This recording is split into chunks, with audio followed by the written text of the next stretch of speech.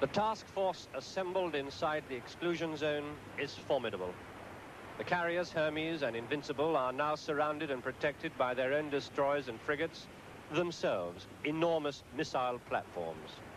One of them, HMS Broadsword, carries the most advanced missile system in the world. The Argentinians surely must have thought we'd never make it. Over 7,000 miles through the tropics into the Arctic seas, and every rendezvous punctually kept. The refueling at sea, resupplying at sea, the exchange of food, ammunition, men, supply ships, tankers, and assault ships joining us on schedule, on the day, sometimes even on the hour. Until at last the tank force commander, Rear Admiral Sandy Woodward, could signal London, "We are now assembled." It was the day we hit the roaring 40s, with the temperature moving fast towards zero. Our squadrons of Harriers patrol the total exclusion zone on full alert. Aircraft are in the sky constantly, day and night, searching for the violators. Pilots sit in their cockpits on deck on 2-hour watches around the clock, ready to launch themselves and their deadly cargoes at what is now only referred to as the enemy. The 1,000-pound bombs, the torpedoes, and the Sidewinder air-to-air missiles are now familiar furniture on the flight deck. No aircraft, Harrier jet or helicopter leaves the carriers unarmed. All the anti-submarine Sea Kings carry torpedoes and depth charges, and the khaki-painted jungly helicopters transporting men and supplies, ship to ship, carry a machine gun and a gunner. And as if to announce our arrival into the exclusion zone, Harriers from Hermes dropped the first of their most lethal cluster bombs in a practice run alongside us. Bombs that explode 100 feet above ground, scattering everything, everyone below, with white-hot shrapnel. Deep down in the engine room of Hermes, where men are hidden from the daylight preparation of war, is the youngest aboard, 16-year-old Carl Franks from Telford. And he is HMS Hermes' own Shropshire lad. Well, I was in Sea Cadets for 2 years and I enjoyed it, so I thought I'd join the Navy life. It seemed interesting to me, and it is. And nobody more surprised than you than this? No. So will you stay with it? Are you at all apprehensive? No, I'll stay with it. Stick it. You had any letters from home? Yeah. What did they say? Well, they were worried and everything. All my mates send me love and everything. And my girlfriend. What does she think about you going to war? Well, she wasn't too happy. The roaring 40s makes our job no less easy. We are nearing the Antarctic winters now, and the winds, constant at 40 miles an hour, can suddenly gust to 80. And soon, we're told, the spray will freeze before it hits the deck. In such conditions, the weather, as much as the weapons, may help decide our fortune. The task force has the edge because they're more at home than the Argentinians in these waters. The Argentinian Navy is, in normal times, a coastal patrol navy, more at home in the shallow, warmer waters up north.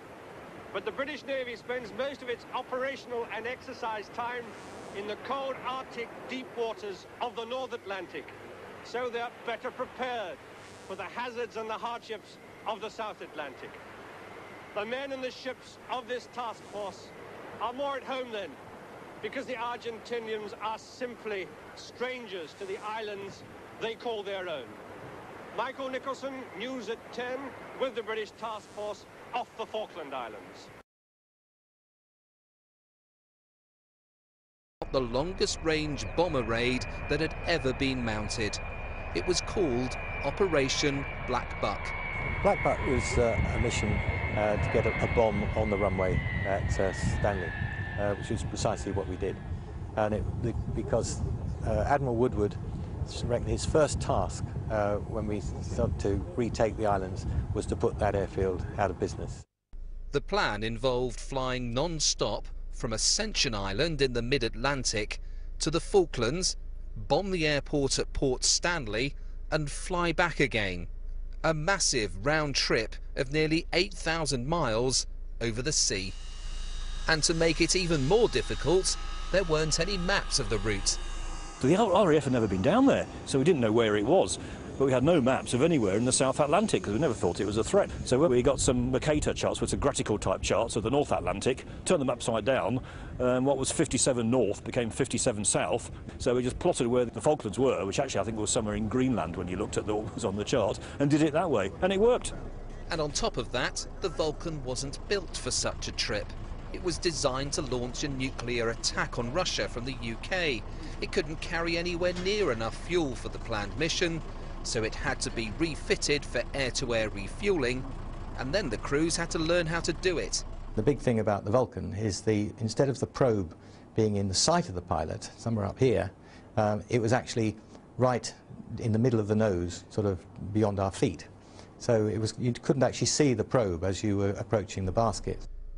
So in the run-up to the mission, Vulcan bombers and the Victor tankers needed to refuel them gathered on Ascension Island, quickly turning the remote outpost into one of the busiest airfields in the world. About a dozen tanker aircraft were needed to get one Vulcan through the mission. Even the tankers needed tankers.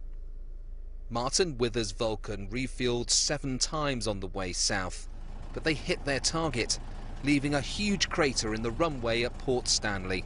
Ours was the first attack of the conflict to liberate the islands, and the lights were on the airfield. They obviously weren't expecting us, and so it just seemed really a strange thing to be doing, rather than a particularly scary thing to be doing. But they had to get back, and that meant finding one last tanker as their fuel levels dropped to near zero. And there he was, with his hose streamed out of the back on a lovely blue sky, first refueling we'd done in the daylight, and it was, the most beautiful sight in the world. More than 15 hours after taking off, the Vulcan touched back down at Ascension, to the relief of all involved. But the raid should not be viewed in isolation. Its success handed a key advantage to the British. It made Argentina think that these Vulcan bombers could reach their mainland, so they had to rearrange their air defences to cover a much wider area. And it also delivered a statement of intent that the British were deadly serious about retaking the Falkland Islands. And it was a mission that earned this unique-looking plane a place in history.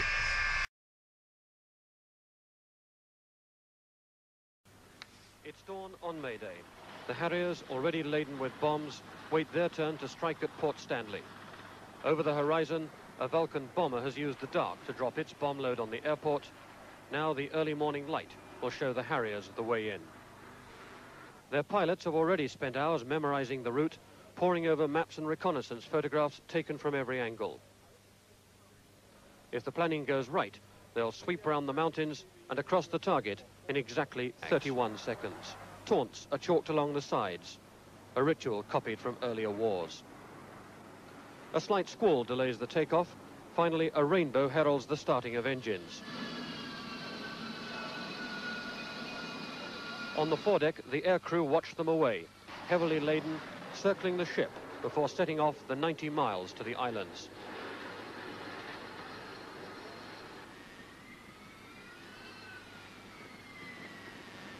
For the first time since leaving Portsmouth, the deck is empty and silent. The main attack is on the airport at Port Stanley, to stop transport planes bringing in troop reinforcements or Mirage fighters using it as a forward base. But there's a second attack on the other side of the main island at Goose Green, where a landing strip has been prepared in a grass field.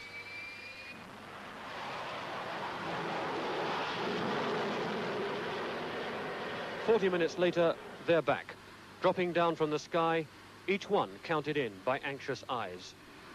They all return, unhurt and happy.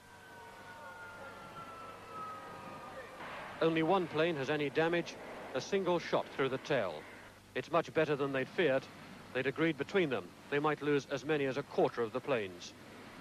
A reconnaissance photograph taken later in the day showed the neat line of bombs from the Vulcan. Blind bombing from 3,500 miles, it had achieved its object. One bomb on the runway. While the raid was going on, one of the Harriers in the first wave took pictures of the later bombs going off.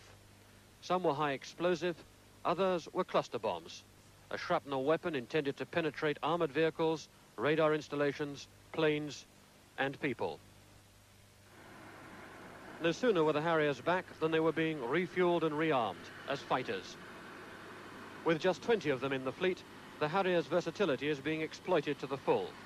For the rest of the day, the Argentine Air Force probed the edge of our defences, and the deck was a continuous bustle, keeping the Harriers airborne to meet the threat.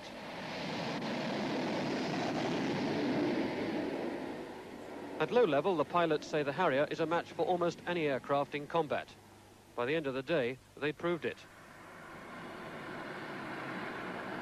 3 aircraft, 2 Mirage and a Canberra, had been shot down.